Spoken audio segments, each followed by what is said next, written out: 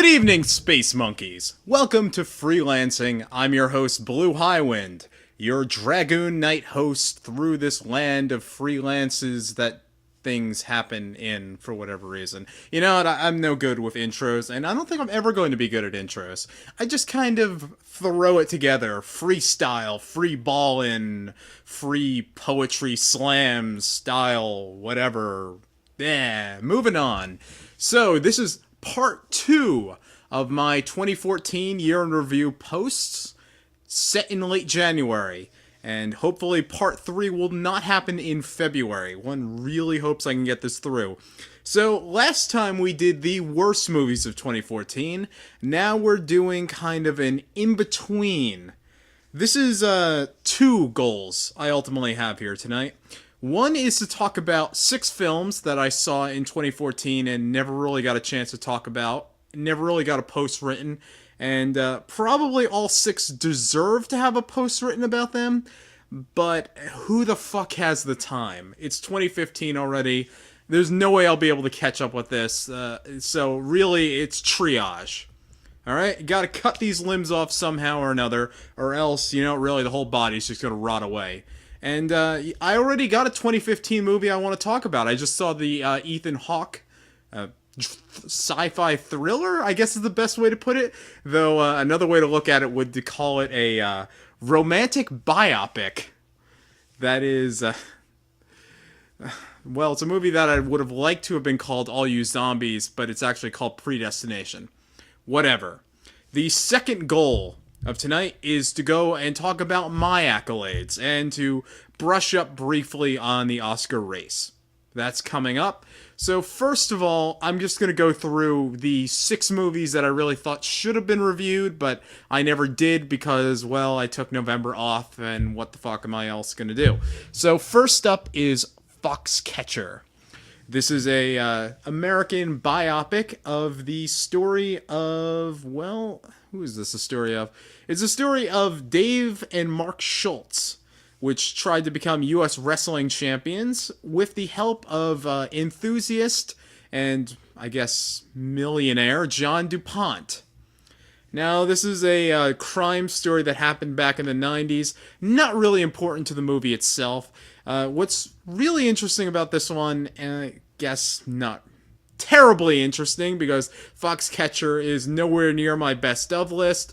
If I were to possibly give it a rating, I would give it probably a positive meh or a low decent. Now, there's good things and there's bad things in this movie. Number 1 that's good is Steve Carell, who's playing John DuPont and is completely unrecognizable in the role. This is not one of those really heavy kind of Jim Carrey moments where it's like, I'm a real actor now. This is a very subtle kind of performance. There's a lot of makeup being applied.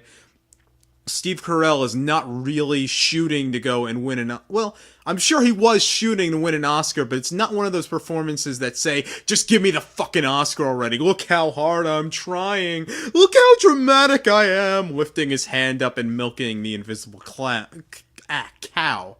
Milking the invisible cow. Can't even get jokes right. Don't matter. So, he's very good in this movie. Also good in this movie is Channing Tatum, who is essentially the star at the very beginning. He's playing Mark Schultz, the younger brother of a wrestling duo, and his brother Dave, who's played by Mark Ruffalo, who is also great. So the 3 main male leads in this are very good, and that's pretty much all I can say about this movie in terms of positiveness. There's kind of a weird, awkward sort of relationship going on. Mark and Dave are very rivals. John DuPont is a strange character. It's not easy really to describe him, even now. It has been several months since I've seen the movie, but there's a deep self-esteem issue. There's a deep ego crisis going on in this man, and within his 2 wrestling, I guess, proteges, the really John DuPont is completely a fraud. He just kind of hired the 2 best wrestlers that are around at the time, and then decided to go and say that he's a wrestling champion coach. So, Channing Tatum's character is very jealous of his brother, and he winds up getting caught in the circle of John DuPont.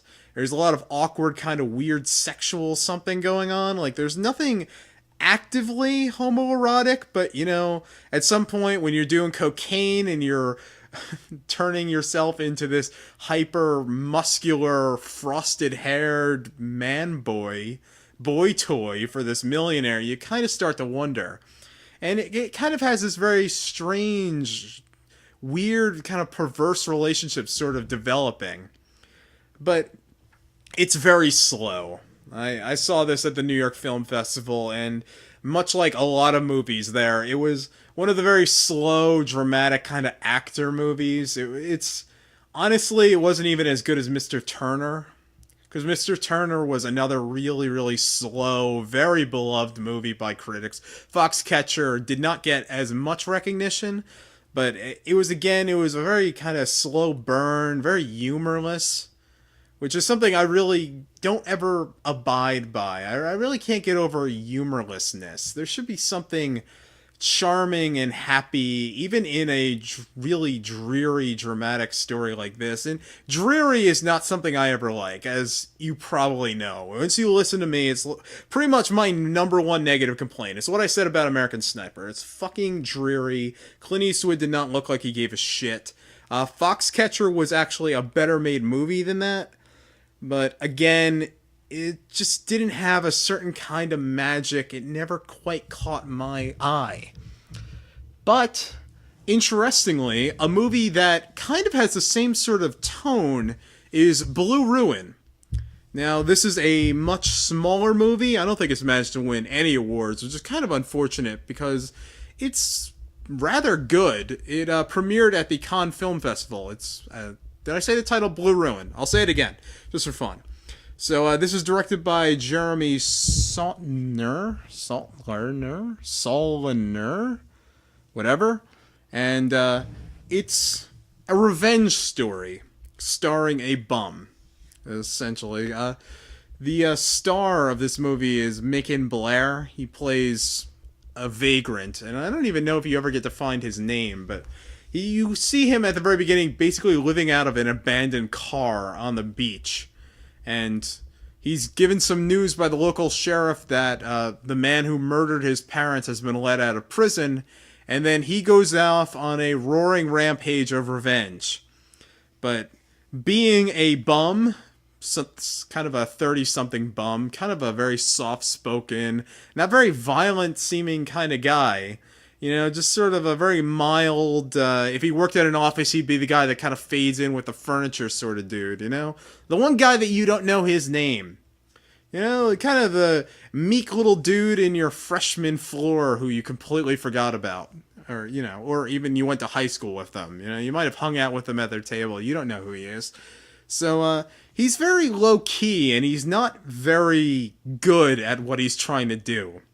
So, the Blue Ruin kind of turns into this weird sort of comedy of errors as he's attempting to go and get his revenge against the man who killed his parents and eventually their entire family as a cycle of revenge starts to build. Because he does successfully manage to kill that guy very incompetently. He sneaks into a bar and winds up slashing the tires of his foe's car, slashes the tires, and then discovers that he can't use his car because it's broken down to shit, and he actually has to steal the car whose tires he just slashed. And that kind of sets the tone there. At one point, he fires at a guy that he has in his trunk at like 10 feet away, empties his entire clip, and misses completely. Very, very unimpressive. And it could almost be slapsticky if the Coen brothers were making it. But instead, it's a very quiet, low-key movie.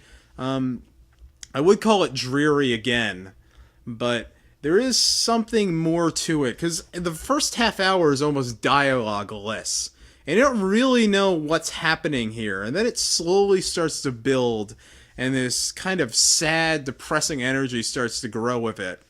So, Blue Ruin, I really like this movie, and probably should have taken the time to review it. I do have regrets for 2014, but anyway. Now, for a movie that is much bigger in scale, is The Imitation Game. This would be the 7th out of the 8 Best Picture nominees that I guess, kind of reviewing. The last one, the 8th one, is The Theory of Everything. And I have no interest whatsoever in The Theory of Everything. I honestly had no interest in American Sniper either, and I didn't have that much interest in The Imitation Game, other than its subject matter.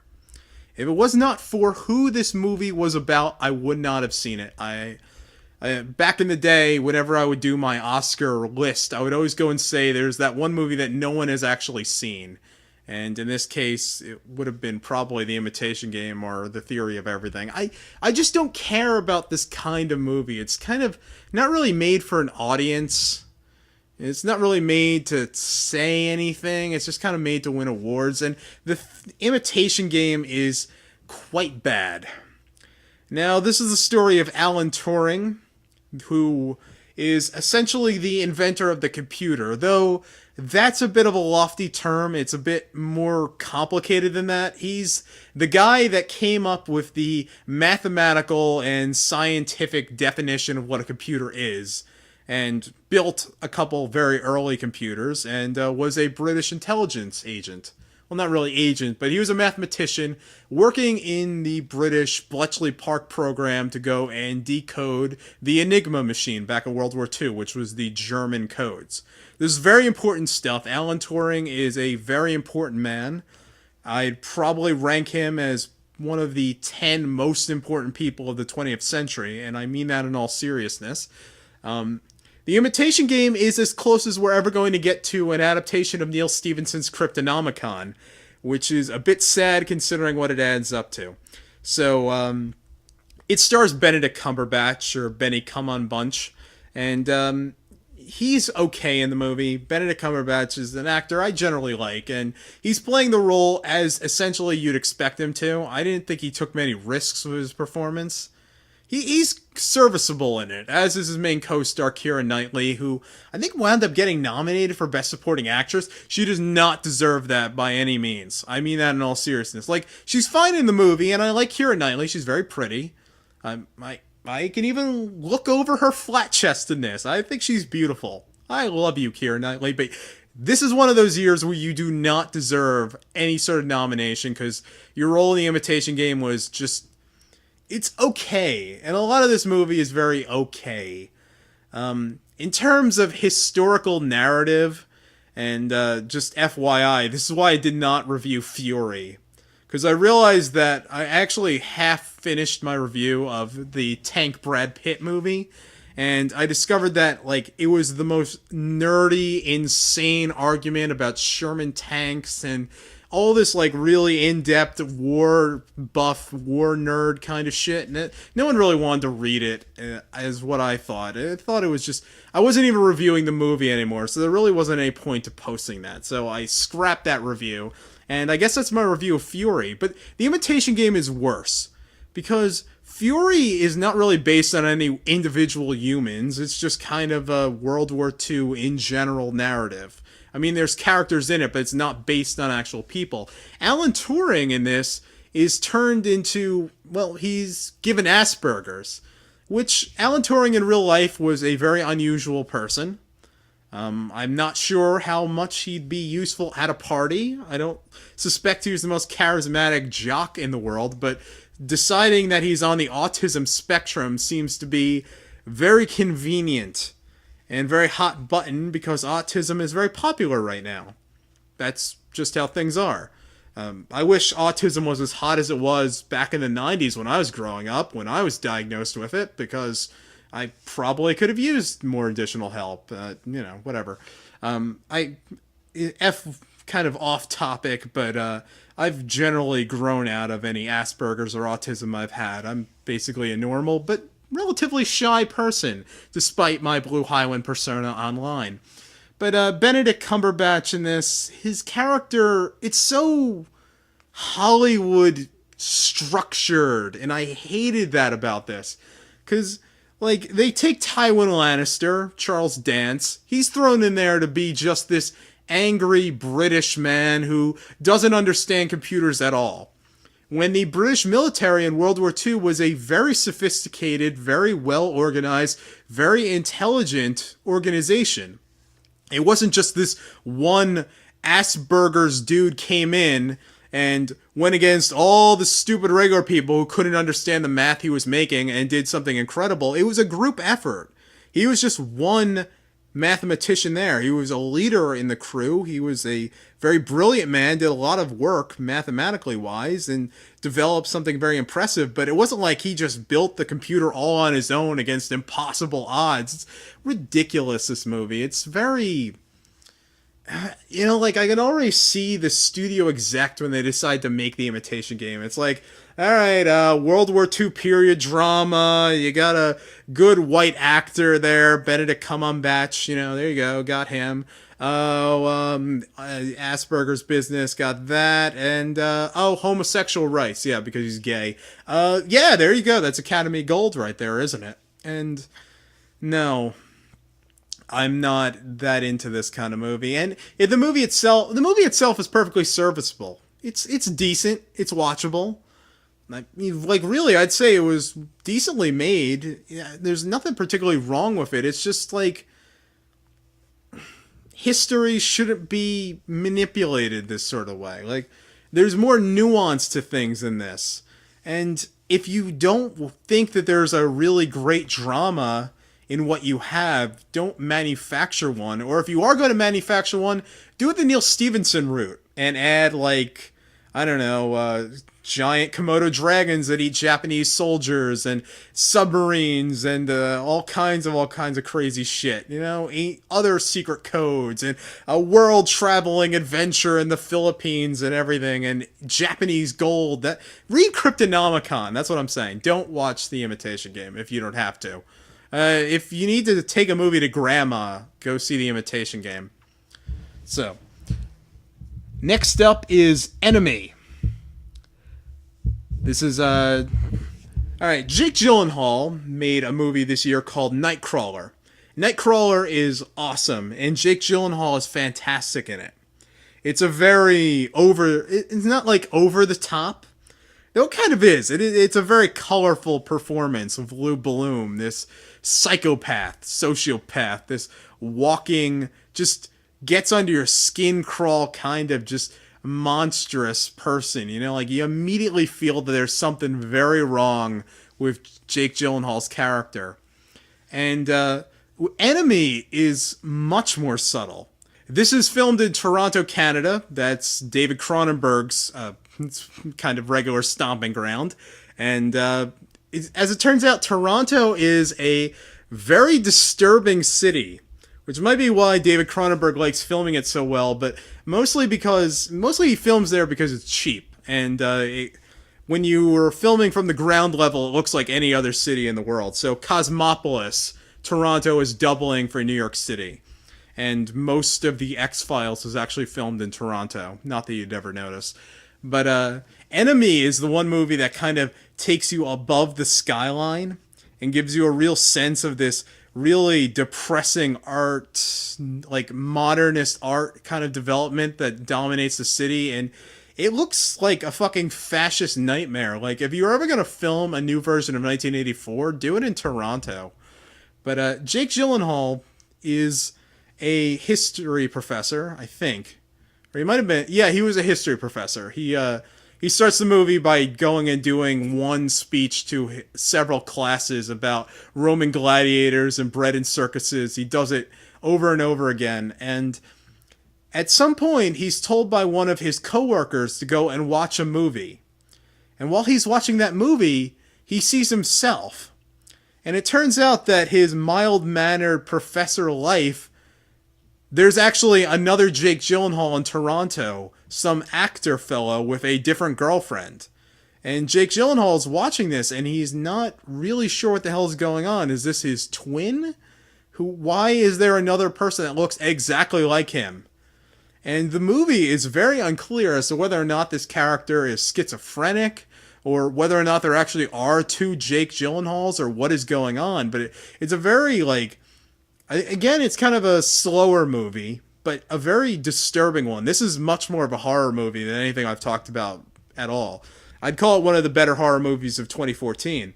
So Jake Gyllenhaal's regular, let's call it Jake Gyllenhaal A, is kind of a generally nice guy, a bit awkward in certain ways.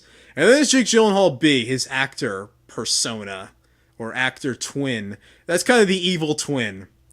He's very manipulative. He's very chilling. When he sees something, when he sees the girlfriend of the other Jake Gyllenhaal, he decides that he wants it.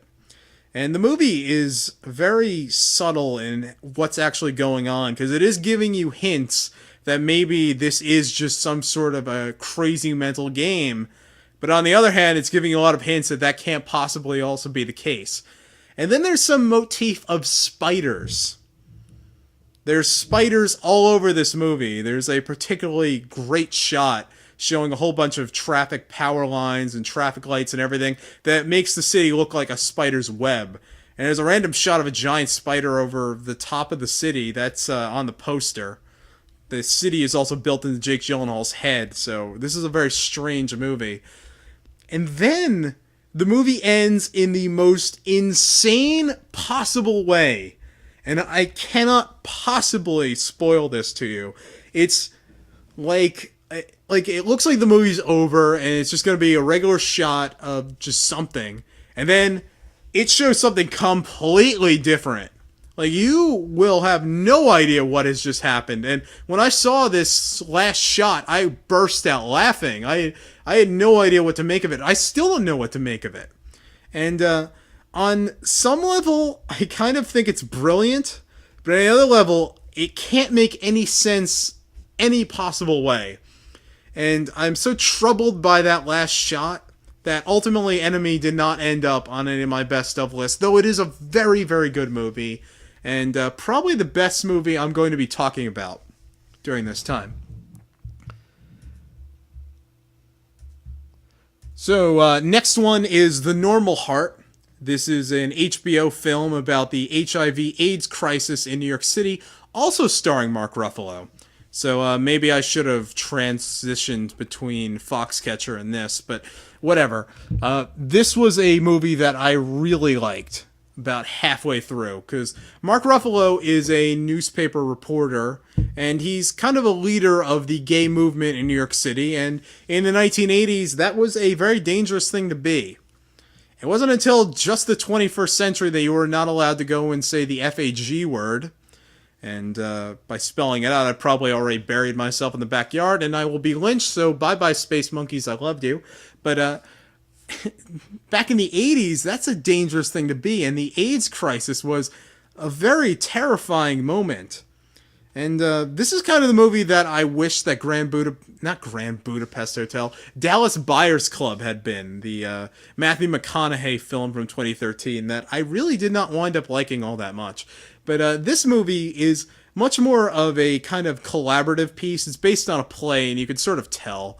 There's a lot of really great performances from Mark Ruffalo. Matt Boomer plays his boyfriend. There's Taylor Kitsch, who for the first time is not terrible in something. Alfred Molina is really good in this. Julia Roberts, I could take or leave, really. Jim Parsons was very good, too. Stunningly. But, yeah, so it's really about the politics of the time. Because Mark Ruffalo's character is kind of a leader, and he sees that the government around him is not doing anything. And it's just letting his friends and his lovers die to this plague. And he's not going to be quiet about this. He's the one that's going to be out on the radio. He's going to be the loudmouth for the organization, the rabble-rouser, the fire starter, the one guy who's going to be on the edge. And he takes it so far that even his fellow gay people, they're not all that into it. Even the people in the organization he founded are starting to get really tense because he's really antagonizing people.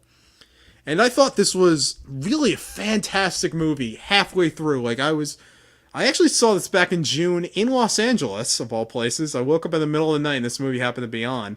Just shows you where you can find great movies, right? But I did not review this, not because it's an HBO film. If there is a really great HBO film, and I'm waiting for one at some point, I will give it a review. And I was all the way down on The Normal Heart up until the last half, when it just seemed like it was just like one angry speech after another. And I'm like, okay, I can kind of get one angry speech, you know, you need that one big moment. But the movie started to like break down into just like soliloquy after soliloquy, and I was not all that impressed. But I really liked this film up until that point, and I really should see it again, get a better handle on how it all added up.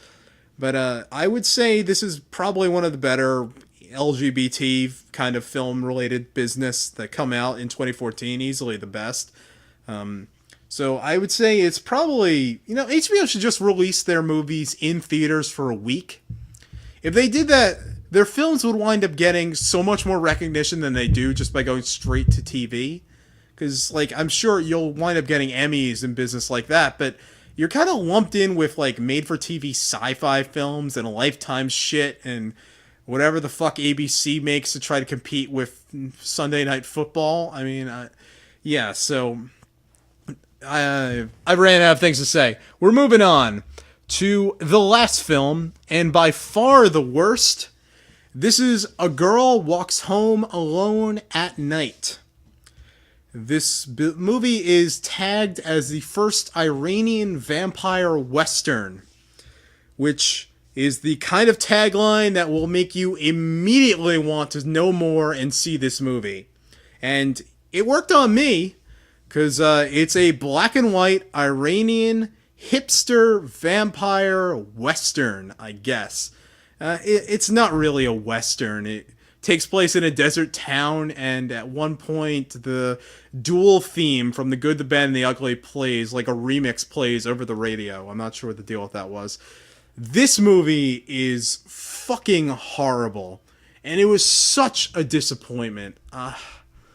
It's fucking horrible. I just saw this over the weekend, and you know what? If I hadn't posted my worst of list, it might have managed to make it there, because Jaja, haha, whatever the fuck, however you call that movie is really slow and pretentious and whatever. This movie is a million times more pretentious.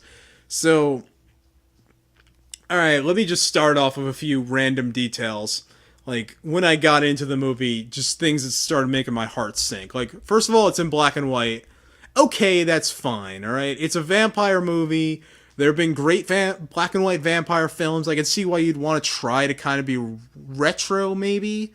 I can understand where the tone's coming from. I mean, there's still great black and white movies that came out in my lifetime. Check out Pi if you ever need a really good black and white film. But, so that wasn't okay. That was fine. Then I started noticing that a lot of scenes were getting shot through mirrors. Which is what I mean, like, it's set in a room, and versus just filming the room, they're angling the camera through a mirror and shooting back. Or there'd be in a car, and you're watching it all through the side view mirror, the people talking. And I'm like, what the fuck is that? That's such like a student film sort of thing. And then I realized, oh my god, this is the kind of movie I'm watching. I'm watching an artsy-fartsy, way head up its ass, kind of just, oh great, here we go. And there we are. It's just like kind of the long-suffering drawl that you have. Because, I mean, I went all the way to Manhattan to see this. I was at the IFC Center. I paid $14 to get the tickets. Like, basically, after about 40 minutes, I'm ready to walk out of the theater. Because I know this movie's very, very bad. And it's not going to get any better. I know it's not. And, well, I mean, it does check off Iran. If I ever want to go and make a list of all the movies from countries I've seen, Iran's off. But in the opening stretch of the movie, the main character, he's kind of this greaser-looking 1950s guy. I don't know why he dresses like a greaser and drives a 1950s car. That's not really explained. A lot is not really explained. He walks by a ditch full of dead bodies. And he doesn't notice this. It's like he, you know, like, if you walk by a ditch full of dead bodies every day in your life, you won't notice a ditch full of dead bodies. I guess, is that common in Iran? I don't think so. It's, all things considered, one of the more peaceful countries in the Middle East right now, so I don't think there's buckets of bodies lying around. And There's one scene with a transsexual dancing with a balloon. Why is that scene there? Why? Tell me why. What does that have anything to do with the narrative? And I guess you could be saying, oh, it's not really about narrative. It's about emotions and tone and whatever. And my response would be, it's a fucking vampire movie. It's supposed to be scary on some level. Worse, it's supposed to be like a romance. Because Greaser Dude and the vampire, who's a very pretty hipster chick, she likes to listen to 1980s music and has a Bad poster up on her wall. She has a relatively nice apartment, very high ceiling, great records. I dig her musical choice. In fact, I could probably see myself with her if not for the fact that she sucks blood. So this vampire, she has no personality whatsoever. She is a prop. You're lucky to see her talk through most of the movie. She's, for some reason, tolerates this guy. I don't know why. And then in other scenes, randomly, she's acting like she actually is in a horror movie. Like she terrorizes the shit out of a little kid in what is a very creepy scene. So this could have been a very good movie. And there is something very interesting about the visuals of a vampire dressed in a burqa. You know? These are all interesting things. I really was hoping for a much better movie. And instead I got this. Yeah. What a disappointment. But anyway, that leaves me now to my other accolades. Now I know the Oscars and the SAGs and the Critics' Choice and the People's Choice and the MTV Awards, they all got their own awards. What I do is worst of, best of, and now this. These are just assorted random accolades for all kinds of things. So I'm just going to list them off very quickly because I'm kind of going long, and let's go here. So, first up, the worst movie to end up on everybody's best of list, Under the Skin, the Scarlett Johansson Species hipster remake. Very dreary, unlikable movie, kind of like a girl walks home alone at midnight, or at night, whatever. Yeah, I hated this movie, and I don't get what people see in it. It's an ugly movie. It's terribly shot. It makes the whole world look awful. And there is no really main character there. There's some very interesting visuals here and there, but there's not much story-wise to add up. There's not much really tone-wise either. It's not one of those atmospheric movies, because it doesn't really have any atmosphere. Most of it is just kind of a candid camera exercise. No, did not like this movie at all.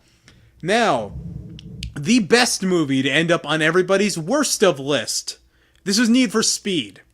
I saw Need for Speed a long time ago, and when I saw the trailers, I thought what everyone else did. It's a ripoff of The Fast and the Furious. It's basically the Fast and Furious movie that we're getting in 2014. It's got the kid from Breaking Bad in it. So what? But when I saw the movie, I kind of dismissed it as just sort of action-y fluff. I kind of respect what it was doing in terms of reverence to cars and whatever, but as the months have gone by, I really have nothing but happy memories about watching that movie. It was very fun. Michael Keaton did not have a great role in it. Imogen Poots as the main female, she was great. Like, really great. And the main leads, they had a lot of chemistry together. Like, very underrated. Because up until that point in 2014, I had not seen any two characters with any chemistry. This is before Only Lovers Left Alive, before even Gone Girl, as much chemistry as there is there. Twisted as fuck as I know. So, Need for Speed, a lot of people gave it a lot of crap, but generally a really solid movie, one that I would watch again. I'd watch again for the rest of my life. Next up, the most entertaining bad movie. It's Winter's Tale. I was almost tempted to even put this on my best of list. Winter's Tale is Akiva Goldsmith's just completely out there, what the fuck, fantasy, bizarre epic. It's a movie where the main character has a magical white horse that's actually a Pegasus that's actually a dog. It's got the Will Smith devil. It's got all kinds of crazy rules. It's a time travel movie. It's ridiculous. It is out of its mind. Akiva Goldsmith made just such a bizarre, like, it's impossible to follow strange film featuring all kinds of weird moments. Like, well, one, there's death by sex. You know, that just that easy, you know? Turns out they fuck too hard, so the main heroine dies. There's so many just great details about this, and, you know, in 2014, most of the bad movies I saw just were really just agonizing and bad, or movies that did not really belong in theaters. This is one of those rare kind of like Twilight or the last Airbender kind of movies where, you know what, you want to go out and you want to tell people about it. I went like for a month, just like everybody I saw, you have to see this movie, Winter's Tale. It's incredible. It will change your life. Go see this thing. So there you are. The least entertaining good movie is Mr. Turner. You know, like, everything about Mr. Turner is high art, high quality made, and even I'll admit it's a very good movie. It's got fantastic performances. You really get a great sense of, like, 18th century Britain. It's a decently made biopic, but it's very slow, and I almost fell asleep several times. So I really can't recommend Mr. Turner other than, I guess it would be great for as like a student exercise. If I was teaching a class on how to make a really good period piece movie, I'd make them watch Mr. Turner and then, you know, grab the visuals and the tone and hopefully make it more pop, you know? Well, I need just a bit more. The franchise least improved in 2014 goes to Godzilla, because the 2014 Godzilla was a piece of shit. I did not buy tickets to go sit for a 2-hour-long Aaron Johnson Taylor action movie. Aaron Johnson Taylor is not a movie star. Alright, he's reasonably handsome, and he's bulking up nicely, as Hollywood, for whatever reason, is going to give him a very long try at being a movie star, but he is not a movie star. And one thing he is not Godzilla. Godzilla should have more of a presence in his movie than just being a minor off-topic disaster business. And let's be honest, Bryan Cranston was amazing in this movie, and they killed him off in the first act. But beyond that, this movie was made with really no sense of interest in the Godzilla mythos. I did not get much of a sense that they cared much for kaiju films.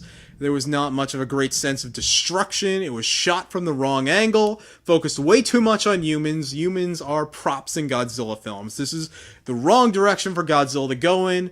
But I am happy to announce that the Japanese makers of Godzilla, Toho, are making some original domestic native versions, which I'm going to be very looking forward to. Godzilla 2, the American version, I don't care. Honestly, I'd rather watch the Matthew Broderick film again. But the franchise most improved in 2014, it's Captain America. The first Captain America movie didn't really leave me with much of an impression whatsoever. I saw it, I was very disappointed by some very pussy decisions, such as, well, we're not going to have Nazis in this movie, let's go and invent a kind of family-friendly version of the Nazis, Hydra. And the movie was really a big mess script-wise, and a lot of very interesting characters were underused, and there was strange, like, odd decisions, like, why is there a Japanese guy fighting with the Allies, fighting with the Americans in World War II? Shouldn't he be in an internment camp? I mean, I'm glad he was not put in an internment camp. It sucks for everyone who was, but what the hell is he doing there? He doesn't belong there whatsoever. It's like Iron Eagle 4, where there's the Japanese guy thrown in, except it's a World War II movie. Anyway, that's Captain America 1. Captain America 2 is so much better. It's an extraordinarily well-made action movie with fantastic fights and, you know, a lot really to say about the character, a lot to say about POWs, about, no, not POWs, about veterans. Captain America, I thought, had a lot to say, very subtly about, America's post-war sort of interests, and not so subtly, a very strong case against the NSA, essentially calling them Nazis, which I very much respect. But really, everything about this movie, really very solid work. And you know what? I basically crossed out Captain America in terms of Marvel films. I figured just, he'll make a movie that I'll have to suffer through, and then he'll appear in the Avengers, and that'll be so much better. Kind of like how I do with Thor. But Captain America 2 showed that, you could really make a very, very good Captain America film. And they got the tone of 1970s espionage, political thrillers there. And this movie had a lot to say, and it was very well made. So Captain America, that franchise, shot from 0 to 10 almost immediately. Captain America 3 has a lot to live up to. The most forgettable movie of 2014 is Jack Ryan's Shadow Recruit. And that's all I have to say there. The worst performance, male, of 2014 is Kellen Lutz in The Legend of Hercules as Hercules. Kellen Lutz was so bad in this movie that I actually had to wonder, was he really a professional actor? And I forgot that he was even in the Twilight films. And man, is Twilight the gift that keeps on giving. You can just kind of watch its reverberations through the film world, with Kellen Lutz being just its latest turd being dropped. I never want to see him in a movie again. He is horrible. He is probably has a great career as an underwear model, but do not ever talk. The best performance of 2014 male is Jake Gyllenhaal in Nightcrawler as Louis Bloom. And I was just talking about this performance earlier, and I'll continue to talk about it when Nightcrawler comes along.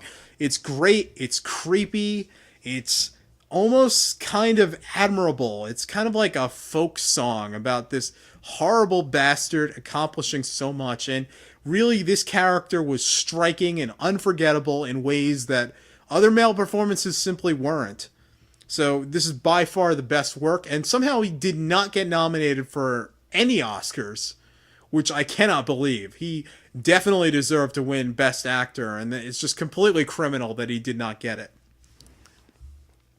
The worst performance, female, goes to Emily Browning in Pompeii as some Roman chick. That was basically her role. She was some Roman chick. I'm really tired of Emily Browning. She's never good in anything.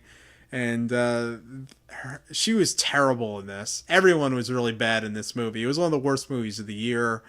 I really gave it to her because, honestly, I couldn't think of a worse female performance. Like any performance that contributed so much to the detriment of the film as much as really Emily Browning in this. Because, it wasn't her fault that the movie was terrible, but her role was really bad, and she in no way elevated it. The best performance, female, of 2014 goes to Rosamund Pike in Gone Girl as Amazing Amy. My goodness, this role. There's so much going on here. It's a feast. Rosamund Pike manages to come off as this vulnerable victim, this charming love story lead, this dramatic abandoned housewife, this chilling murderer, this manipulative, just bitch, controlling, magnificent. There's so much going on. There's so much to like. It's incredible. She's wonderful in this. I really cannot praise this performance enough. I hope she winds up winning the Oscar that she's nominated for. Bravo there. The trend of 2014, newer trend that in 2014 that I hope that never ends, is competent superhero blockbusters. Let's review. X-Men Days of Future Past, Captain America 2, Guardians of the Galaxy, The Lego Movie, Big Hero 6, even Amazing Spider-Man 2, a movie that I thought would be ass. All of them great films. Really watchable, entertaining, high quality. this was a very good year for blockbusters, and there were a lot of superhero blockbusters, and they were all very good, other than Teenage Mutant Ninja Turtles, but you can't win them all. Trend that I hope dies immediately of 2014, that is right-wing Christian movies. Alright, conservative films, Christian films, anything of that sort of nature, please stop getting wide releases. Okay? It's fine to have these movies released in that tiny little microcosm, subculture, whatever sort of world. Keep it there. I do not want to keep talking about these kinds of films. I'm pretty exhausted already. I've kind of already made the same points. If I haven't offended somebody already, I am going to eventually. I'm going to say the wrong thing. I hate watching these sorts of things. I'm tired of this shit. And I know more are coming. And you know what? It's a good laugh maybe once a year.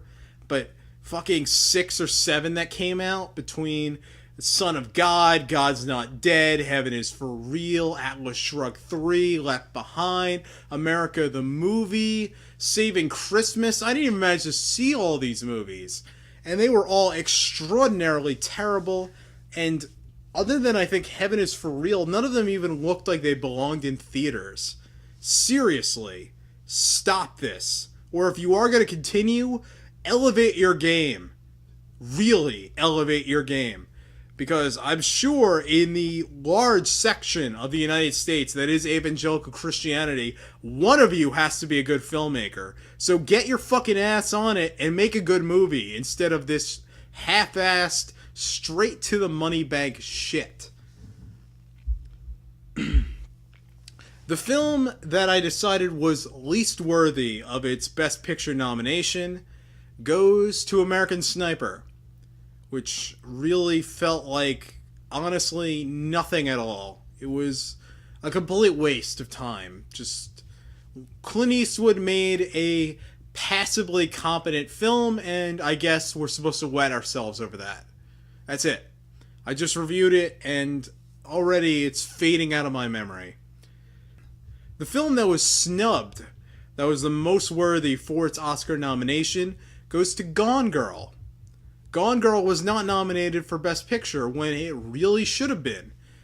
I don't think it was nominated for anything other than Rosamund Pike for Best Supporting Actress. Or maybe even Best Actress, I'm not sure. But that film really deserved to be in the top 10 easily. Out of everything there. They only picked 8 movies, so clearly 2 movies were noticeably snubbed. 2 more films should have been up there. One of the other ones should have been Inherent Vice. Gone Girl and Inherent Vice should have been there, and I would have been perfectly happy. I'm reasonably happy with the Best Picture list as it is. I'm not as furious as other people are because there's too many white people in the list. I'm not the kind of dude who's going to be talking about fucking quotas or anything like that. Oh god, there's 25 white people nominated and very few black people. You know, like, I'm not that sort of person. I don't like to do that sort of math. I wouldn't say that... I'd say that if there's any underrepresentation of communities, it's not because the Academy Awards selected poorly. I mean, you could say that David Oyelowo should have gotten it for Martin Luther King. I didn't think he was that great that he deserved to be one of the 5 best male performances of the year, personally. I thought he was very good, but I don't think he belonged to be up there. What am I? I'm trying to put this the best way. But the issue is not what's getting nominated. The issue is really what's getting made. And there really just aren't that many... There weren't that many great minority roles in 2014. I'm struggling to think of any ones that I particularly liked. I mean, specifically of American films. I mean, foreign films, obviously, it's going to be completely that way. But yeah, it's not a great state of affairs. But really, what should be focused on is getting more of those kinds of movies made, like more Selmas, more Dear White People, and getting better wide releases, versus complaining about the Oscars as if that's the problem. The problem is much deeper. Like, there was no major black superhero in 2014. There was no role for that. Captain America's like sidekick happened to be black. I don't remember who he was supposed to be playing. Was it Hawkman? Isn't he DC? I don't know what the deal with him is. He has wings. You know, that's it. And that's very underrepresentative, and I admit that's kind of a problem, but you know, I'm not going to say that this is a bad year in any sort of way for that reason. So, that rant is concluded. Now, the film I most regret missing in 2014 is John Wick, which is Keanu Reeves' apparently fantastic rampage film where a Russian mobster kills his dog and he kills fucking everybody. So I really should have seen that. I will see it. Probably a review's not getting made unless it happens to change my life for any particular reason. The film I most regret seeing in 2014 happens to be Haha. I got nothing out of that. I probably sound like an asshole continuing to rant against it. Haha will never be mentioned again in my presence. Let's move beyond that. The biggest pleasant surprise of 2014 is The Amazing Spider-Man 2, which I remember driving to the theater, already reading reviews and having a very negative sense of what's going to happen. I thought it was going to be awful. And I already had the review written. I already picked out what I hated about it. That's not a good way to start a movie watching experience. And as I was watching it, like the first 10 minutes, I was in a bad mood, and I was picking out things I didn't like. I'm like, aha, look already, they're making the structural problems. It's a Spider-Man 3 already. And then the movie caught me, and I was surprised. I was suddenly moved along, and I was on the movie's side. I'm like, all of a sudden a scene passes, I'm like, that's not bad. Andrew Garfield and Emma Stone are fantastic together. I mean, I'll watch any movie with them as lovers in it, because they are great. I'd like to see them in like some sort of TV show or something. Get a YouTube channel. Start making Let's Plays or something. You two. I love you two. But beyond that, it was a very, I'd say it's a big, confusing mess of a movie, but one that was endearing to me, and I thought was honestly not that badly made. It did not deserve the horrible backlash I wound up getting. And unfortunately, it kind of sank its own franchise, which is kind of a shame. I was interested to see where Amazing Spider-Man 3 was going, but oh well. And the biggest disappointment of the year goes to Godzilla, because I already said why. Anyway, that concludes that. I'm going to have to edit this to cut it down just a bit. Try to get it under 45 minutes is really the goal. But thank you, Space Monkeys, for listening. Next up is the best films of 2014, all 15.